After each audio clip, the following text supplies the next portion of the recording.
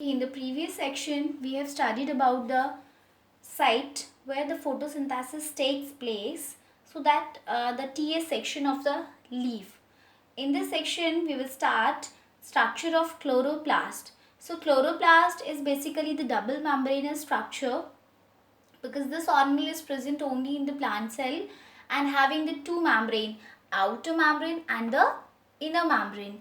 Rest of inside the chloroplast, what the different suborganelles here we can say the structure which is present inside the chloroplast are. The important one is grana, and another important structure which is present inside the chloroplast is stroma.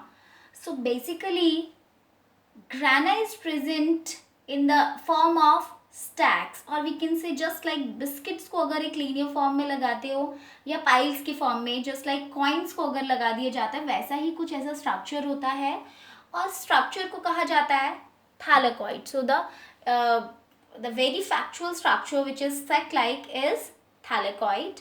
Okay, rest of part which is filled in the chloroplast is stroma. And the important thing which is noted down to be is grana, and the stroma which is completely filled with the pigment is chlorophyll.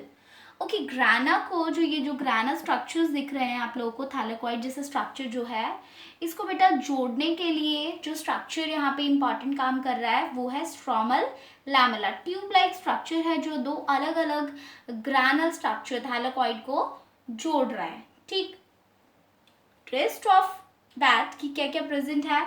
So the ribosome is present inside it, starch granule, because जब food ये photosynthesis complete होता है तो glucose बनता है, और glucose जो utilise हो जाता है वो तो ठीक है, जो नहीं होता है that will stored in the form of starch. So some starch granules are also present inside the chloroplast.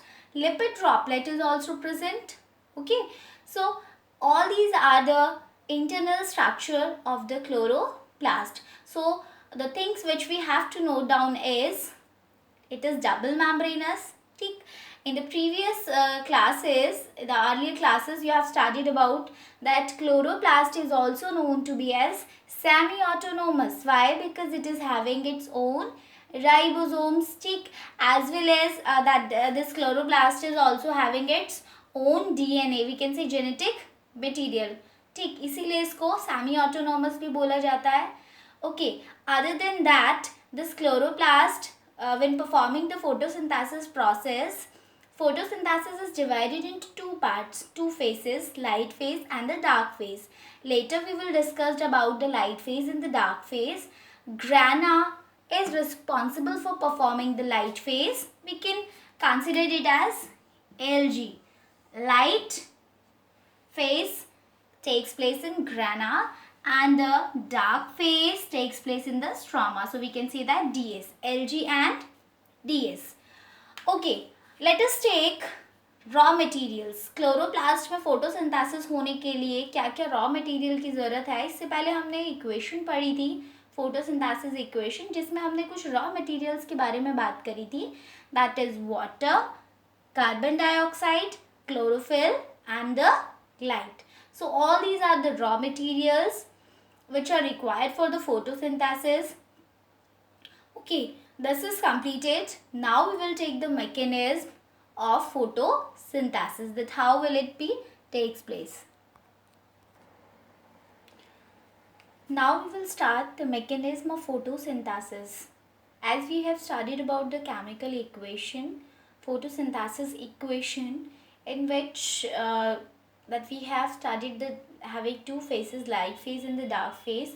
So started with the same that the photosynthesis is divided into the two phases, or we can say two reactions. One is light phase and another one is the dark phase.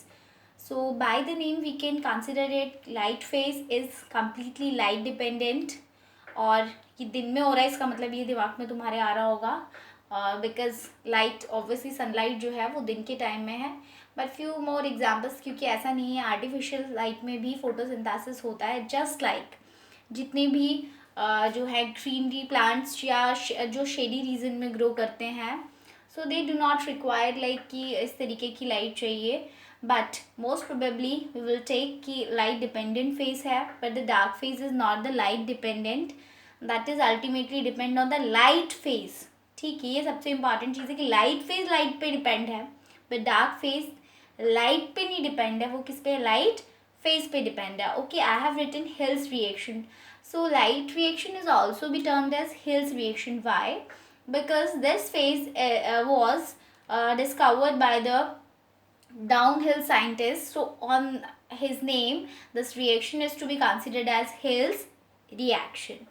Okay, so this is light dependent Hill's reaction, why this name is given. Now we will take the few steps. In the first step, okay, let us take with the example like कि हमने एक leaf के बारे में जब बात करी थी टीए सेक्शन, तो लीफ में क्योंकि दो we have started about the chloroplast में दो रीजन हमने कही, grana and the stroma. Okay, just imagine and consider the way जो मैं आपको बोल रही हूँ. लाइट पड़ रही है, ठीक है, और वो जो लाइट है वो पर्टिकुलर वेवलेंथ की है. दैट मीन किसी भी वेवलेंथ की लाइट जो है उस पर फोटोसिंथेसिस नहीं हो रहा है, so that should be visible light. We can say white light जो कि इतनी वेवलेंथ उसकी होती है 380 to 760. But when the light falls, few pigments are also there. That important one is the chlorophyll, और वो क्लोरोफिल जो कि स्ट्रोमा और ग्राना में प्रेजेंट है. बट ग्राना में हम बात करें, क्योंकि मैंने पहले ही बोला कि ग्राना से ही शुरुआत होती है लाइट रिएक्शन की, तो ग्राना में जो क्लोरोफिल प्रेजेंट है वो सबसे पहले क्या करेगा, सनलाइट को एब्जॉर्ब करेगा. ओके, सनलाइट को एब्जॉर्ब करना यानी absorption of the sunlight is the first step of the photosynthesis. Now I have written photosynthesis takes place most effectively in red and blue region. Why? Because these having the that high wavelength, we can say that.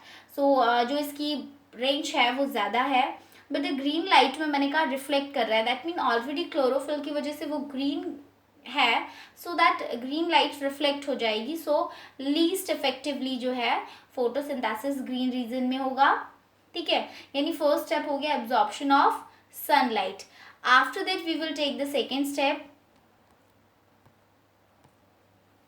Okay, the next step is when the sunlight is absorbed, ultimately the heat is rising up. क्योंकि temperature बढ़ रहा है ना, तो temperature बढ़ेगा तो उसकी वजह से क्या होगा, हीट अराइज हो रही है, जिसकी वजह से वाटर मॉलिक्यूल जो कि प्लांट को रूट के थ्रू, जाइलम के थ्रू, जो कि तुम लोगों ने बेटा कुछ कंपोनेंट वास्कुलर दैट बंडल्स जो है वो पड़े होंगे, xylem and phloem. So xylem की हेल्प से जब वाटर ऊपर तक पहुंचता है लीव्स तक, और एब्जॉर्प्शन ऑफ सनलाइट पहला स्टेप होने के बाद दैट फोटोलाइसिस का मतलब है लाइट की वजह से वाटर मॉलिक्यूल ब्रेक हो गया. So splitting of water molecule is photolysis. Now the considering thing is not only one molecule is broke down to release one oxygen molecule, यानी कि अगर यहाँ पे सिर्फ एक वाटर मॉलिक्यूल ब्रेक होता तो फिर क्या होता, यहाँ पे सिर्फ एक ऑक्सीजन एटम रिलीज होता है ना. But we need to require कि एक ऑक्सीजन मॉलिक्यूल यहाँ से रिलीज हो. ठीक, यानी दो एटम ऑक्सीजन के, तो उसके लिए कितने वाटर मॉलिक्यूल ब्रेक होंगे बेटा, दो वाटर मॉलिक्यूल ब्रेक हो जाएंगे. And when the two water molecules are broke down, so they form कुछ इलेक्ट्रॉन, कुछ प्रोटॉन, और उसके अलावा क्या निकलेगा, ऑक्सीजन.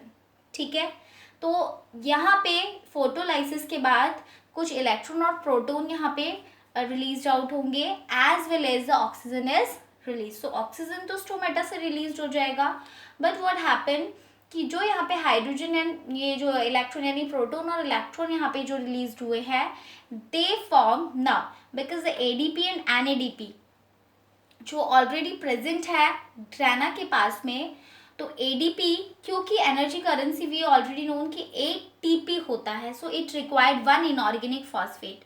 सो एडीपी में तो बेटा एक इनऑर्गेनिक फॉस्फेट ऐड हो जाएगा with the help of enzyme which is known as ATPase enzyme. और इनऑर्गेनिक फॉस्फेट जब एक ऐड हो जाएगा, यहाँ पे दो फॉस्फेट थे, we can say adenosine di phosphate. In the later classes, I will write it that full form of ADP, NADP and other. So ADP is a reduced form of energy currency, but when one inorganic phosphate is added after this step, so that forms ATP. Okay.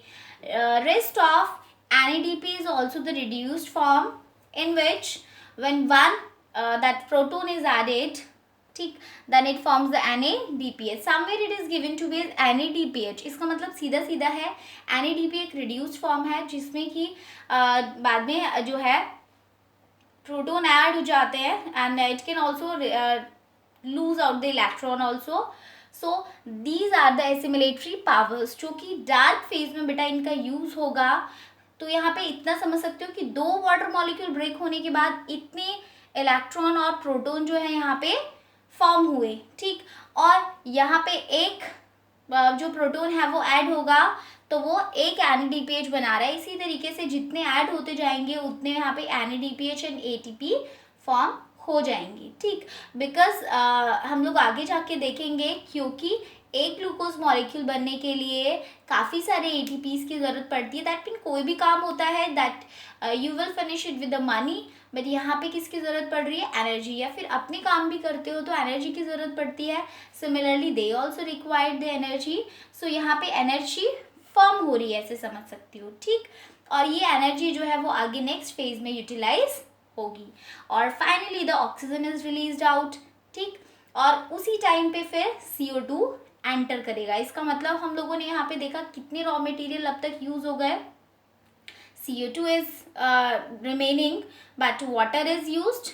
ठीक, उसके अलावा यहाँ पे chlorophyll use हो गया है, water भी use हो गया है. So CO2 is remaining which is to be in the dark phase. और फाइनली CO2 ही रिस्पॉन्सिबल होता है जब ग्लूकोज फॉर्म होता है.